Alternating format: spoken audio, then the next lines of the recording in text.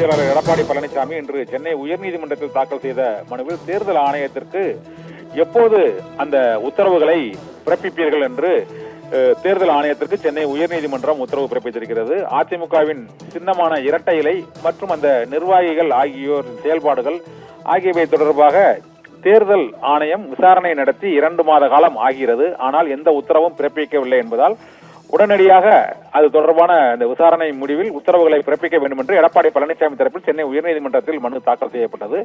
2024 தேர்தல் வரவுள்ள சூழ்நிலையில் சின்னத்தை பயன்படுத்துவது மற்றும் நிர்வாகிகளின் உரிமை ஆகியவற்றில் கட்சியை விட்டு நீக்கப்பட்ட சிலர் தங்களுக்கு சாதகமாக அதை பயன்படுத்திவிடக் கூடாது என்பதால் தேர்தல் ஆணையம் உரிய உத்தரவுகளை பிறப்பிக்க வேண்டும், காலம் தாழ்த்தக்கூடாது என்று எடப்பாடி பழனிசாமி தொடர்ந்த மனுவில் கோரப்பட்டிருந்தது. இதையடுத்து தேர்தல் ஆணையம் விசாரணை நடத்தி முடிவடைந்தும் எப்போது உத்தரவு பிறப்பிப்பீர்கள் என்று சென்னை உயர்நீதிமன்றம் கேள்வி எழுப்பியிருக்கிறது. மேலும் விரைவாக அதிமுகவின் உள்கட்சி விவகாரம் தொடர்பாக உத்தரவை பிறப்பிக்க வேண்டும் தேர்தல் ஆணையம் என்று சென்னை உயர்நீதிமன்றம் அறிவுறுத்தி இருக்கிறது.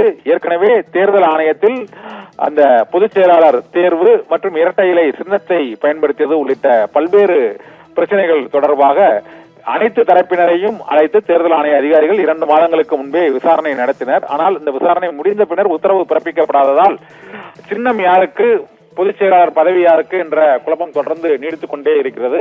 இதனால் இந்த பிரச்சனை தொடர்பாக தேர்தல் ஆணையம் உடனடியாக உத்தரவுகளை பிறப்பிக்க வேண்டும் என்று சென்னை உயர்நீதிமன்றம் தேர்தல் ஆணையத்திற்கு அறிவுறுத்தி இருக்கிறது.